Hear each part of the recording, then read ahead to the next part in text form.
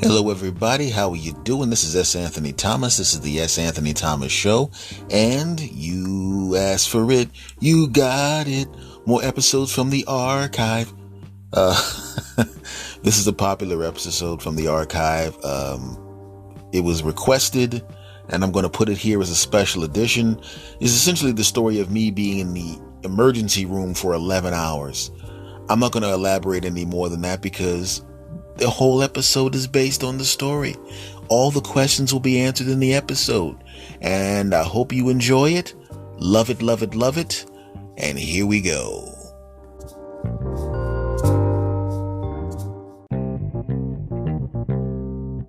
Well, hello. How are you doing? This is the S. Anthony Says podcast. This is the S. Anthony Thomas. And we have reached episode number 298. 298. That's right. Episode number 300 is coming up very, very soon. You know, when it's one of those milestone episodes, every 100 episodes is a milestone. And when I started doing this 4 years ago, it never even crossed my mind thinking about the number 300. And quite frankly, I never really thought about the number 100 when I started doing this.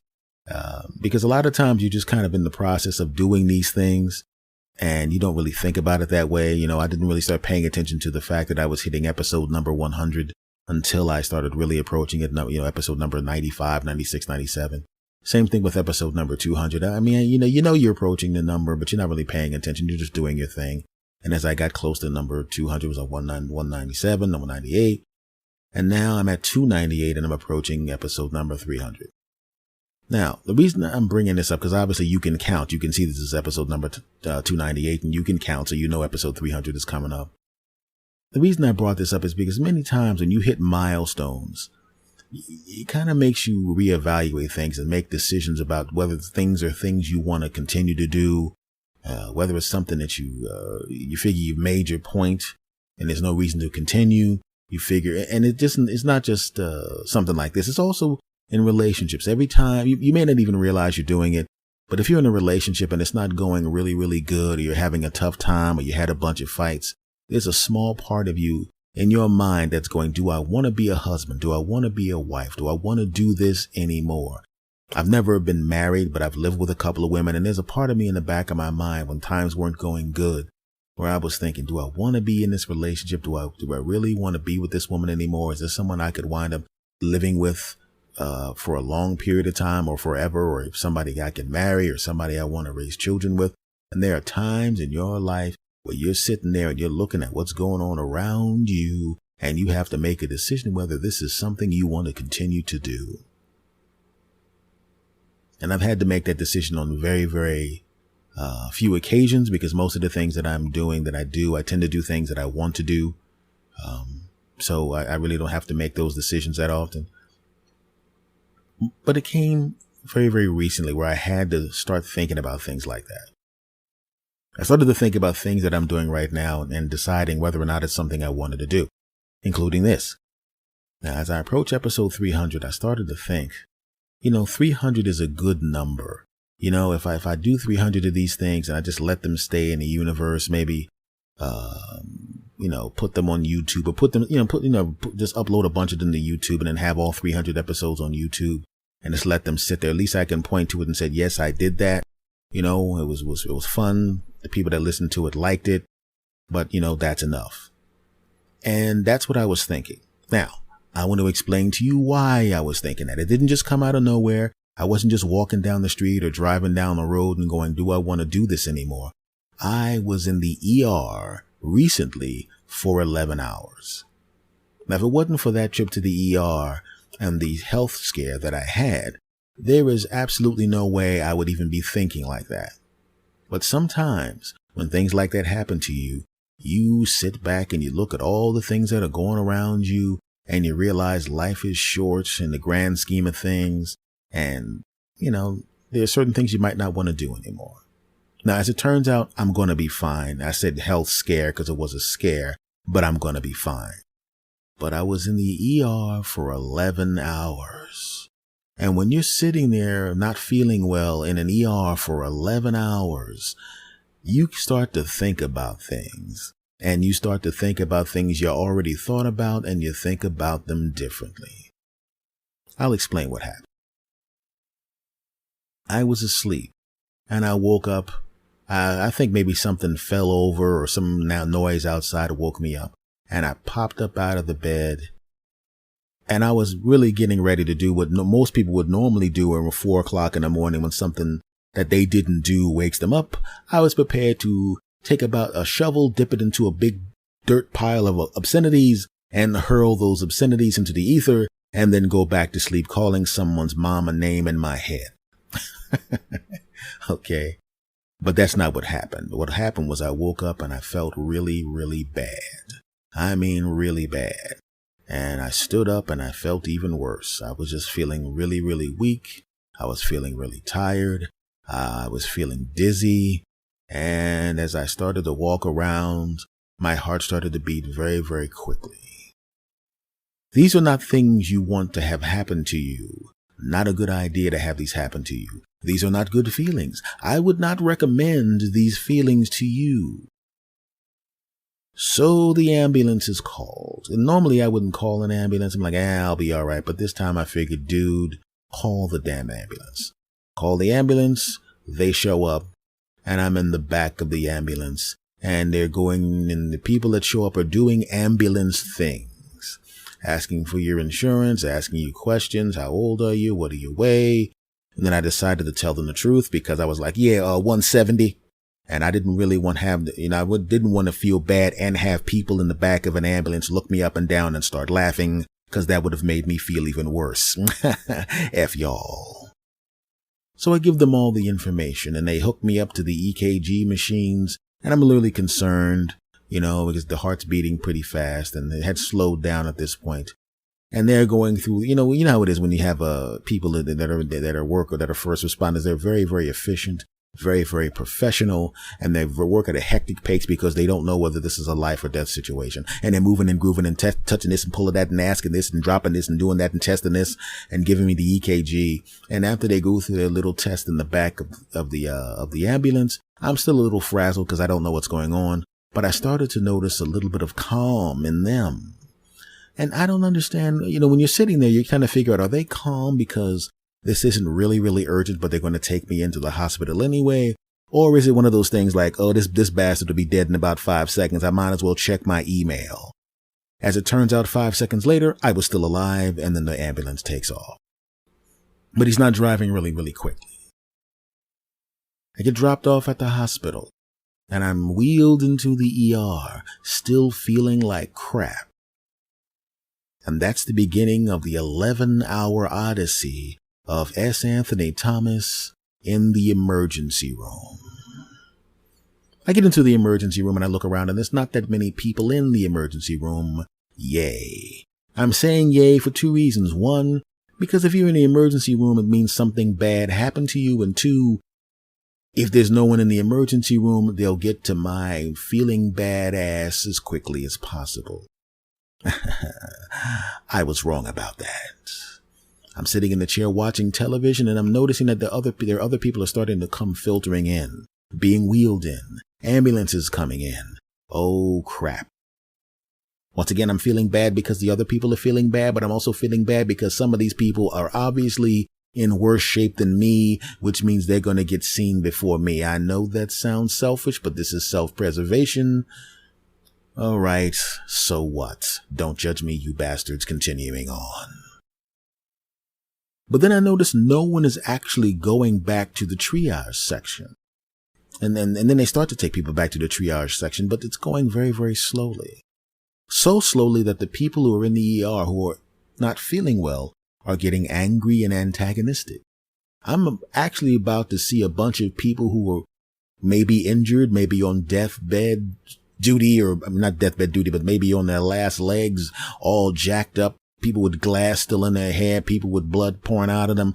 I'm about to see these half-dead people start whooping somebody's ass, or at least attempting to.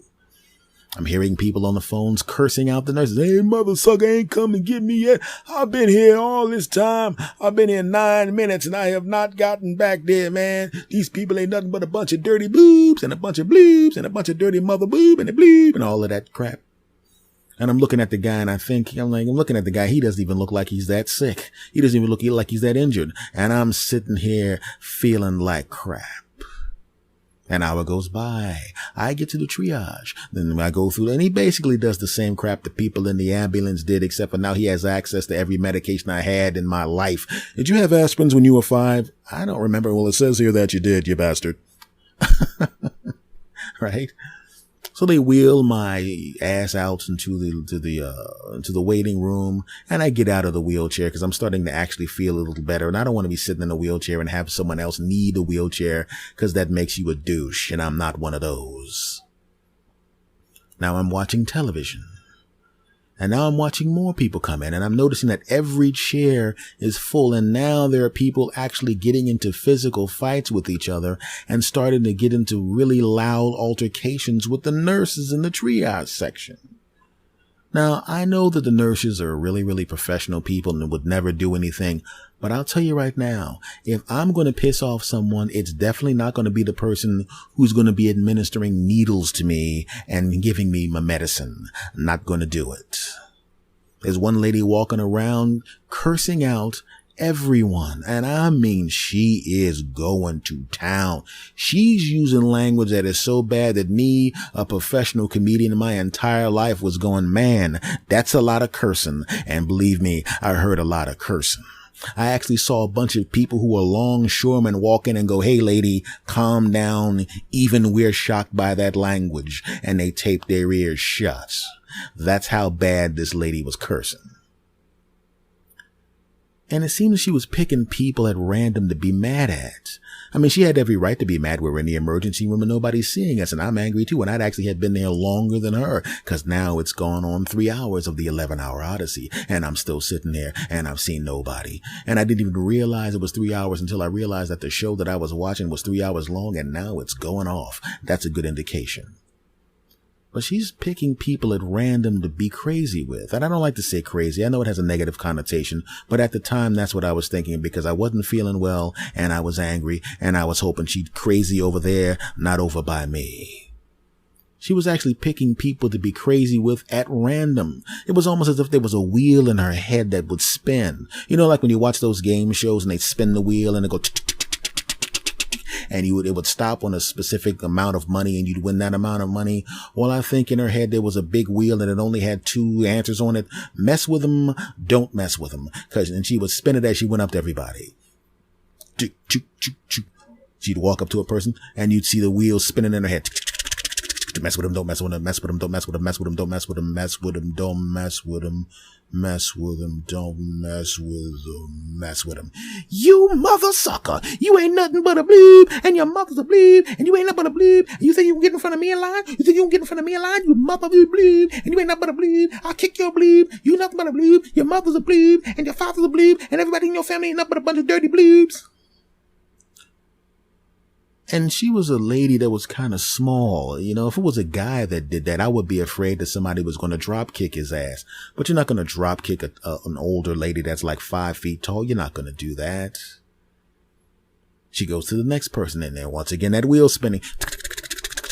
Mess with them, don't mess with them, mess with them, don't mess with them, mess with them, don't mess with them, mess with them, don't mess with them, mess with them, don't mess with them. Hi, sir. How long have you been here? I've been here about 2 hours. Isn't it weird that we've been here this long and we haven't been seen? This is just really, really crazy. Really, really crazy. Yeah, that's really crazy. She walks up to the next person. Mess with them, mess with them, mess with them. You mother sucker! You ain't nothing but a dirty bleep, and your mother's a bleep, and your father's a bleep, and I kick your bleep. She knocks the chair over. Your mother's a bleep, knocks the coffee out of his hand. Your mother bleep, a little bleep, bleep. The guy just walks away from her, and of course, I'm the next person, and I'm trying to look away. Please, God, don't talk to me. I don't know where the wheel's gonna stop. Please don't talk to me. Please don't talk to me. Please don't talk to me. Please don't talk to me. You right there. Oh, God. Yeah. And I hear the wheel spin. Mess with them, don't mess with them, mess with them, don't mess with them, mess with them, don't mess with them, mess with them, don't mess with them, mess with them, don't mess with them, mess with them, don't mess with them, mess with them, don't mess with them. thank God. Sir, how long have you been here? I've been here since about 5 o'clock in the morning. Oh, man, you should be madder than me because I got here at 7. Oh, my goodness. Maybe we should go up there and we should talk to them. Like, I'm going to go up there with her as if she's with me. Right. And then all of a sudden, with my luck, that, hopefully that wheel would go to, but don't mess with him. But what if I walked up with her as like her advocate, like I don't have my own damn problems. And all of a sudden she hits the mess with him button and she starts to pimp slap one of the nurses. Then all of a sudden we both get dragged out and arrested. Hell no. I went up to go to the bathroom, didn't have to go to the bathroom, but she wasn't in the bathroom. And I was kind of hoping she'd move on to the next victim. I know that's bad to set the next sucker up, but I feel like crap and I ain't got time for this crap. And I want it to be seen on the video. I wanted to be seen on the video in the ER that I had nothing to do with this wacky person. So I go to the bathroom. I didn't actually go in the bathroom. I just went because I wanted people to know that I was not dealing with this person. I go to the bathroom. I hang around there. I turn the water on. I'm not actually in the bath. I turn the water on. I turn the thing on. And dry off my hands. I don't even wet because I didn't touch nothing, didn't wash nothing. Then I walk back out and she's moved on to the next person. Apparently she's systematically going through all the people, which means at the rate she was going, by the time, since I'm out of the loop at this point, by the time she gets back around to me, hopefully she will have been seen and they will drag her sick behind and back there and fix her or do something. I've now been there for 4 hours.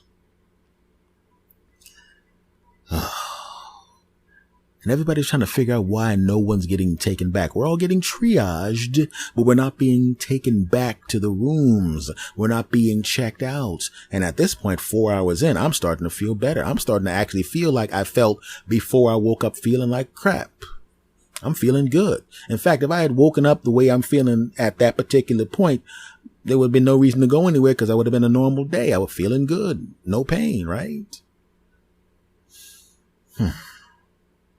So we're all trying to figure out why no one's being taken back there. Lady comes in. She's the one I was talking about that had glass in her hair. She's mad now. She was in some kind of accident or something, or maybe a car crashed next to her and landed on her. Something happened. Maybe she fell out a window. I don't know. She's got glass in her hair. I don't know. She may have been making a fashion statement. Maybe that's a new thing. Maybe that's a new thing the kids are doing today. Sprinkling glass in their hair. I know that sounds weird, but come on. Would you really put it past them after all the stuff you've seen? If you got Instagram, you know what I'm talking about. Back to the story. She goes up there and she's making a stink and she's yelling even louder. And unlike the other old lady, who's a short older lady, who's a little bit disturbed and has a wheel in her head that goes, mess with them, don't mess with them. This lady has a wheel in her head also, but the words are a little bit different. It's mess with them, really mess with them.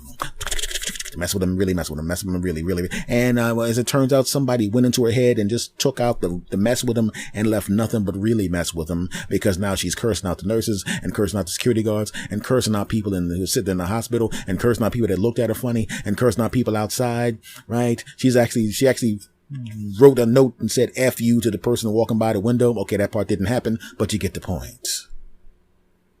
And we come to find out that the reason none of us is getting into the back room, the reason none of us is getting seen by an actual doctor, is because the entire hospital is literally full to capacity.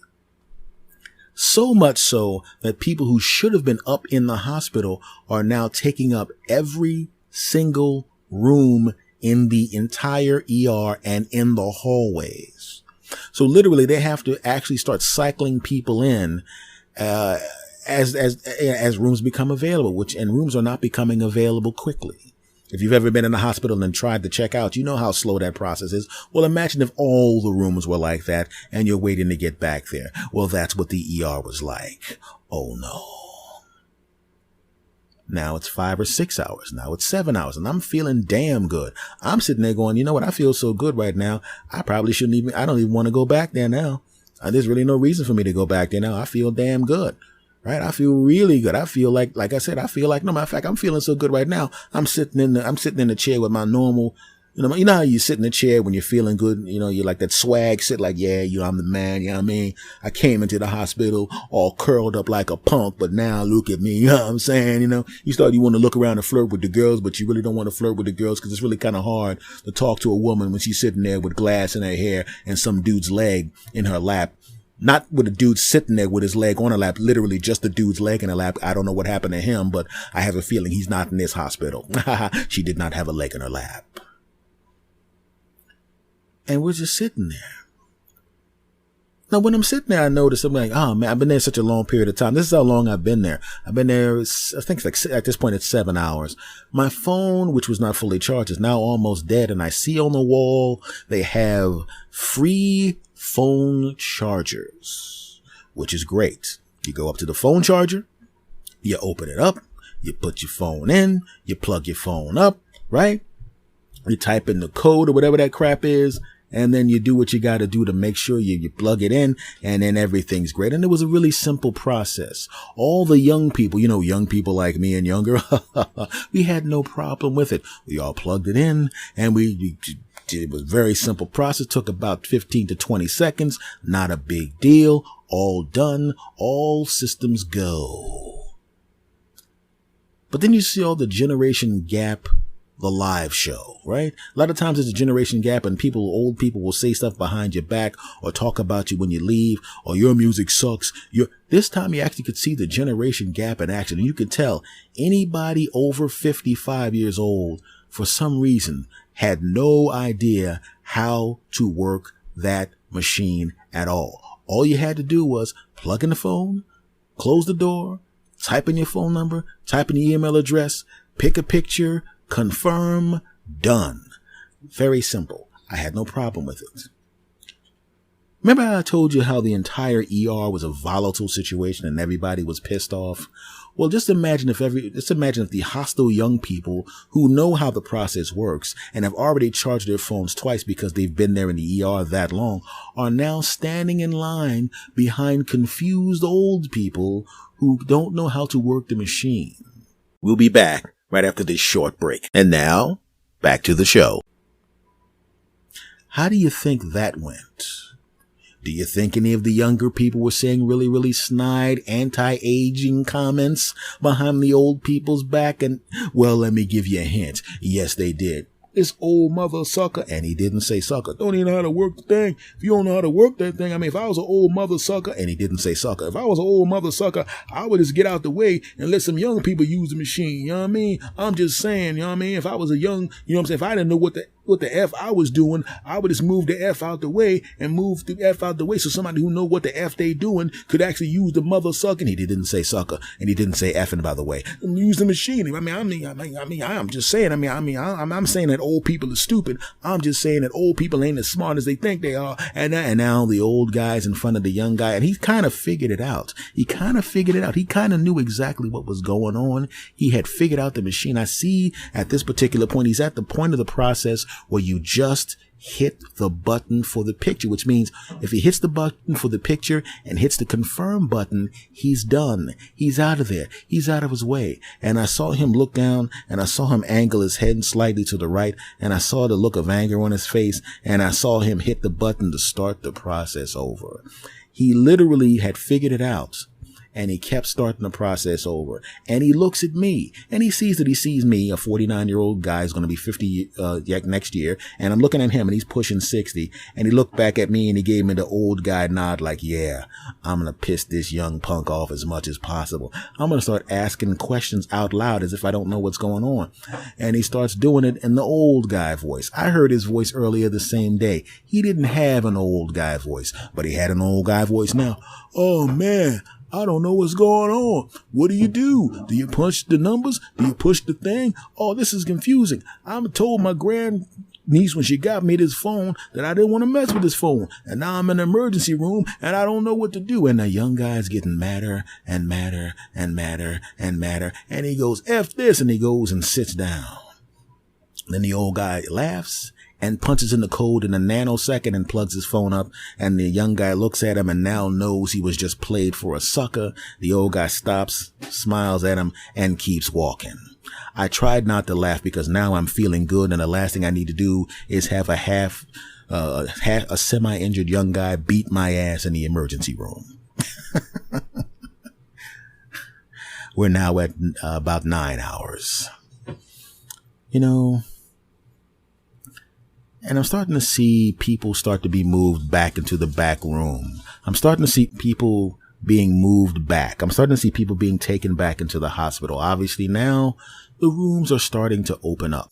You're damn right. The rooms are starting to open up, and all of a sudden the mood is starting to get a little bit happier. All of a sudden you start to see the line of people move from the triage section and from the waiting room. They're starting to move into the, when you're in a supermarket and you're standing in line and there's somebody in front that doesn't know what a credit card is and has never signed a check before, and apparently money's confusing to them. And then that person gets out of the way, and then all of a sudden you start seeing that line move like a damn conveyor belt. Well, it was kind of like that. All of a sudden, all the people that were a little bit hostile were starting to be a little less hostile because they could see some movement. They could see that it was almost over. They could see it was time to get this thing started. And we started to see people that were sitting out there with us go into the back and come out with the paper in their hand, the discharge paper.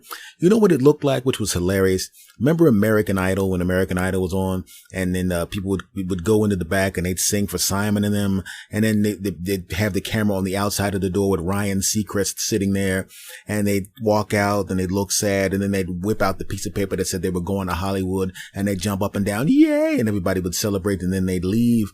It was kind of like that. You'd see people walk out with their discharge papers, and the family members that were in the damn waiting room waiting 47 years for them would go, yay! And they'd hug each other and walk out like they were going to go to Hollywood and sing I Will Always Love You, written by Dolly Parton, but sung by Whitney Houston.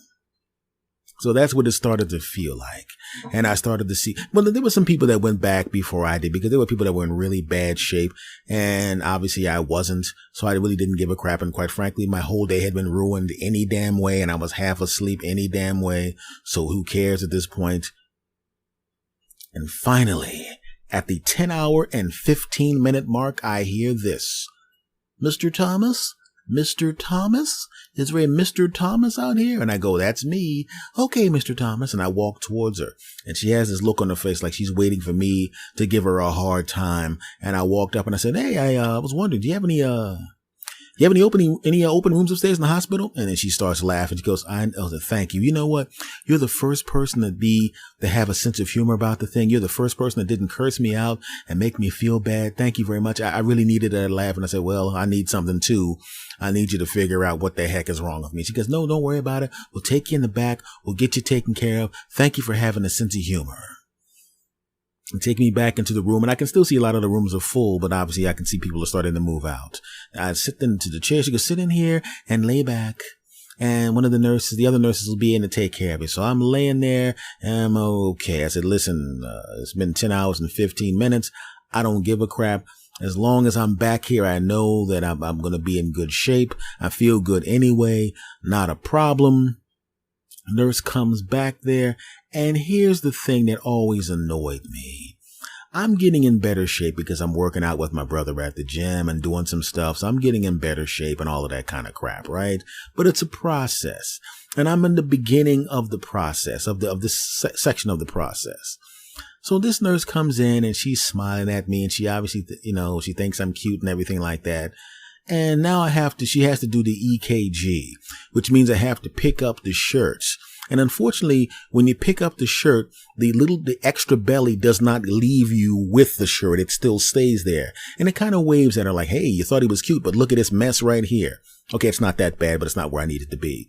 So she's putting the EKG crap on me to put the little sticker here and a little sticker there and a little sticker here and a little sticker there. And I'm looking at her. And in the back of my mind, I wanted to go, look, I know this is not the best thing to look at right now, but there was a point in time when I was worse than this, and I'll be better than this. She caught me in transition between fat bastard to medium fat bastard, where I am right now, to fit bastard, which is where I'm going. Right? If you look at me right now and you've never seen me before, you go, dude, you need to lose some weight. But if you had seen me a while ago and then seen me now, you go, hey, looking good, looking good, which is what people have been saying because I looked worse. And I've made some improvements. Right? But isn't it really weird when somebody catches you in transition, when you're going from a mess to a semi-mess to being where you need to be? Right? Like, say for the sake of argument, there's a homeless guy, right? He's living in old clothes. He hasn't taken a shower in months. He really smells bad. He's literally living in a damn trash can, right? He's not feeling too good. He's kind of scarred up because he got into a sharpened pencil fight with another homeless guy over the last orange in the trash bin. Not making light of it. You'll understand where I'm going with this, right? He's on drugs. He's on alcohol. His life's a tub of crap, right? Everything sucks. But somehow this guy figures it out, and somehow, some way, this guy goes from being on drugs to not being on drugs, from drinking alcohol to not drinking alcohol, from living that dumpster and smelling bad to now he's a homeless shelter. Now his hygiene is good. Now he's off the drugs, and he just means his life's in a hole. His life's messed up. He doesn't have a job right now. He's living off of some assistance, but at least he's clean. At least he's wearing clothes right now that have been washed. And if you see him at that point, you could still see that he's not a functioning member of society the way you would expect. You can still see that he's down on his luck. The clothes are a little old. You can tell they're really, really old clothes, but they're clean. And he has resumes under his arm, which means he doesn't have a job. If you see him right there and you look at him, you might go and look at that poor bastard. Or if you're a lady, you might go, I ain't gonna date that bastard. He ain't even got a job. I understand that. But if you saw where he was, if you saw that he smelled like feces and was rolling around in garbage and was getting into sharpened pencil fights in the trash bin over the last orange, and you saw where he went, you would look at him and you're going, man, you did good. I saw where you were and I saw where you are. You would see that he made improvements. But if you just saw him when he was a little disheveled, when he was living in the shelter, but he didn't stink, but he was living in the shelter, you'd still think, I don't know. Well, that was kind of similar to the way I felt. I'm laying there and this cute sister who's half flirting with me is now putting EKG stickers on me. Okay, maybe an eighth flirting with me. Okay, maybe she wasn't flirting with me and I wanted to flirt with me. Shut up. This is my story. F y'all. Back to me. F y'all once again. And I'm sitting there going in the back of my mind, why couldn't I have had this health scare like 6 to 9 months from now when my chest and stomach is looking good? How come that couldn't happen, right? How come that couldn't happen?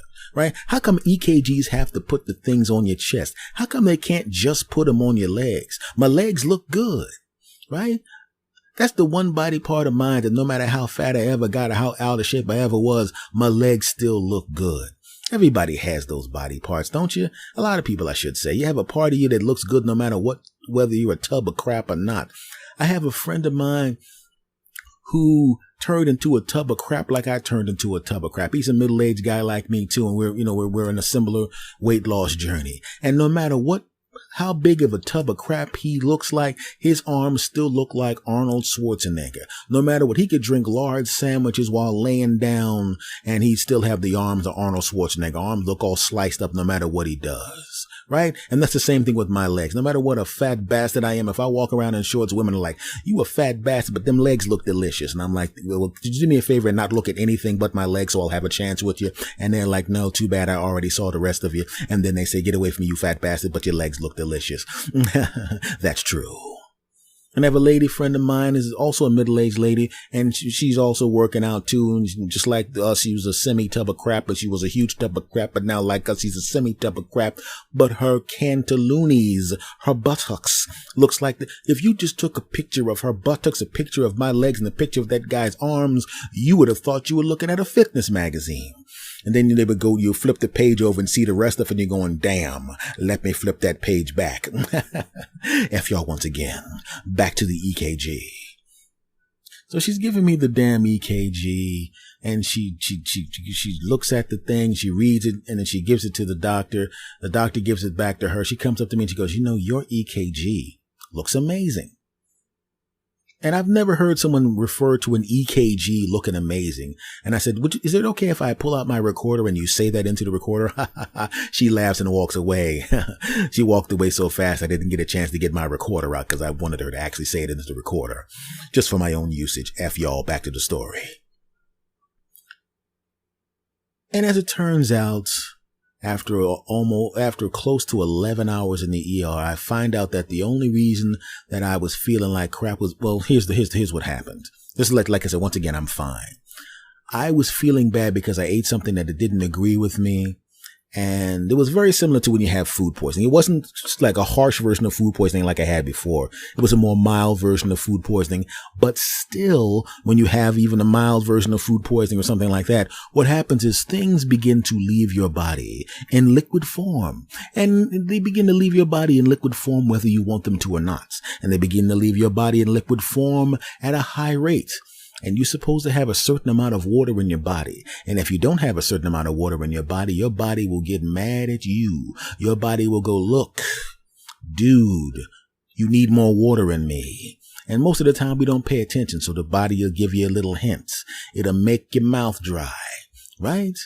But know what most people do when the mouth gets dry? They go, oh, my mouth's a little dry. I better drink something. And then they don't drink something. And I was an idiot like that. My mouth's dry. I'll get to it. I'm busy. I ain't got time for that crap. I was a little dehydrated. The body goes, okay, he's not paying attention to the mouth dry crap. How about we give him a little bit of a headache to let him know maybe he should drink some damn water. Got a little bit of a headache. Didn't matter. As it turns out, I had hit my head on something and I figured that that's what it was. So now I have ignored 2 signals. And the body goes, okay, he's a little busy. We're going to leave him alone right now. We're not going to mess him up. We'll be good. We did the headache thing, but maybe he didn't figure it out. We did the mouth thing. What we're going to do, we're going to make his skin a little bit dry. That's what we're going to do. Didn't pay attention to that crap at all. And then I go to sleep. And then my body went, oh, you going to go to sleep? Oh, you gonna go to sleep after I've been all day telling you to drink some damn water and you ain't gonna pay attention to me? Oh, I got something for your punk ass. I got some. Wait till he wakes up. Wait till his punk ass wakes up. And then the noise wakes me up at 4 something in the morning and the body wakes up and goes, okay, you ready, guys? We gonna get this bastard now because he apparently doesn't want to pay attention to us. And what does my body do? Makes me feel like crap. Makes me feel tired. But I'm going, well, I was asleep, so maybe that's why I'm tired. I'll just go back to sleep and my body goes, what the damn, this guy just not getting it.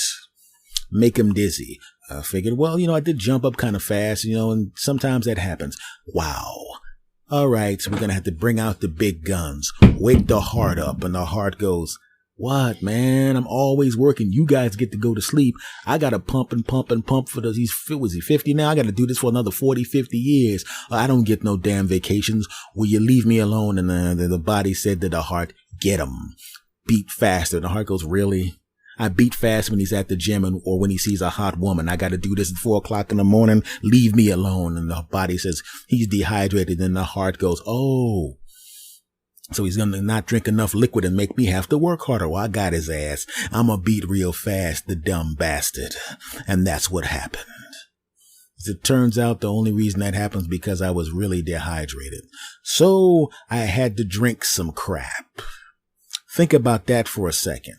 I go through this whole health scare. I go through this whole feeling like crap. I go to getting a damn ambulance. I spent 11 hours in the damn ER because my dumb ass didn't drink enough water. The hell is that? Had to sit there with my shirt off in front of a cute lady who's probably going, he's cute, but wished his belly would come up when he rolled his shirt up. You bastards, damn it. It was all my fault.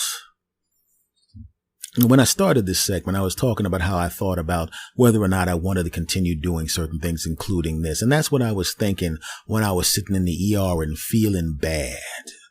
But once again, like I said, when you're thinking in terms of, do I want to be in this relationship? Do I want to do this job? Do I want to be with these friends? Do I want to be around these people? And in my case, do I want to do this podcast? Do I want to stay? I wasn't really considering not doing the podcast anymore. Of course not. And when I was in those relationships, I wasn't really considering getting out of those relationships when those thoughts went through my mind. It's just something that happens to you sometimes. And when I found out that I was going to be okay, when I found out everything was fine, when I found out that my heart is in great shape, when I found that I'm actually pretty damn healthy, when I found that I was going to be okay, all of a sudden I started thinking a little bit differently. I started going 300 episodes. I'm gonna put another 0 on that before I even consider stopping. You're damn right. But I tell you, man, 11 hours in the ER is about 11 hours too many. So my friends, like I said, I'm no doctor or anything like that, but make sure you drink enough water, especially if you were sick and fluids were flying out of your whatever. You don't want to wind up spending 11 hours in the ER like I did, because I got news for you. That crap was not fun, and I'm really pissed off about the fact that I had to spend 11 hours in the damn ER. Okay, I'm not actually really pissed off. I was pissed off, then I'm not pissed loud in 11 hours in the ER. Mainly because, well, if it wasn't spending 11 hours in the ER, I wouldn't have an episode of the podcast this week. Because that's what this podcast episode is about. Okay, full disclosure, I have several episodes worth of stuff on my dry erase board, so I will literally never run out of anything to do on the podcast. But this week was extra easy because I got to talk about some crap that actually happened. Yeah, that's right. So listen, like I said, my friends, drink some damn water. You don't want to wind up like me. In fact, I'm going to drink some water as soon as I finish recording this crap, because damn it, I'm not going back to the damn ER because my punk ass was too busy working on crap to drink some damn water. God, I'm an idiot. All right, folks, this episode has concluded. Normally, I break my episodes into segments, but quite frankly, when you've been in the ER for 11 damn hours, you want to talk about the experience all the damn way through. Folks, this is episode number 298 of the S. Anthony Says podcast. We got 2 more episodes. Obviously, next one's 299, and then the big episode number 300. I do not know what I'm going to do on episode 300. Like I said, I do have a lot of stuff to talk about and a lot of stuff written, prepared to do episode 300, but I'm still trying to figure out whether or not I want to, because the episode 300 is going to be recorded and released on December 31st. And I don't know whether or not I'm going to do an original show, because Lord knows I have enough material for like 16,000 original shows, or whether I'm going to do a best of episode. I haven't decided yet. I'm prepared to do either one. So maybe I'll surprise you with what's on episode number 300. I may even do another episode in the nude. Granted, you won't know. This is a podcast with audio. So even if I am nude, you wouldn't know about it. In fact, I'm nude right now. I am not nude right now. Folks, you've been with me 298 episodes. There's going to be 2 more. It'll be 300. 4 years and change. And hopefully we'll be together for a much longer period of time. I want to thank you guys, man. You guys have been really good to me all over the years. I'm looking forward to many more years with you weird bastards. I love my bastard army. Folks, this podcast is every damn where.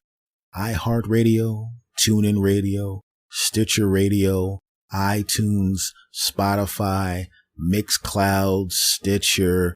I'm damn everywhere. The home base for the podcast is santhonysays.podbean.com. But quite frankly, because I've been doing this for such a long period of time, all you have to do is go and Google my name, S. Anthony Thomas, and all my crap pops up. If you want to, you can Google the name of the show, S. Anthony Says, and the show pops up. It's very easy. It's very simple to do. And obviously a lot of you have already done that. The email for me is talk2santhony@gmail.com. And it's TALKTO, the word 2, TALKTO santhony@gmail.com. And folks, man, I just want to say once again, man, you guys are the coolest bastards on the planet. Much love to every last one of you, man. You guys have been really cool to me. The emails have been really cool. You've been cool to me on Twitter and Facebook. Speaking of Facebook, you can follow me on Facebook. If you're on Facebook, all you got to do basically is just type in my name, S. Anthony. Type in S. Anthony Says into the search box at top. I have a quote fan page there, and it has the blue check mark because it's verified to be me. So that's really me. On Twitter, if you want to follow me on social media, a lot of you already do, obviously.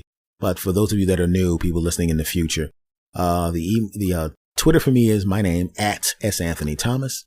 And the Twitter for the show is at S. Anthony Says. So I just want to thank you guys for everything, man. You guys have been the coolest. I got the coolest bastard army on the planet. My American bastard army, thank you. Australia, Canada, Great Britain. Actually, I should say the United Kingdom, because it's not just one place. United Kingdom.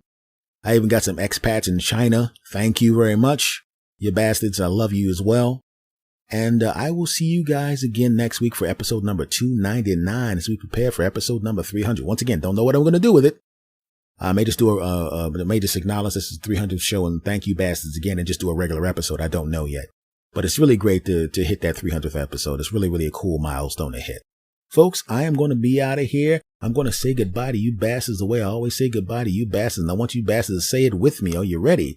You know how to do it on the count of 3. 1, 2, 3. S. Anthony. Out.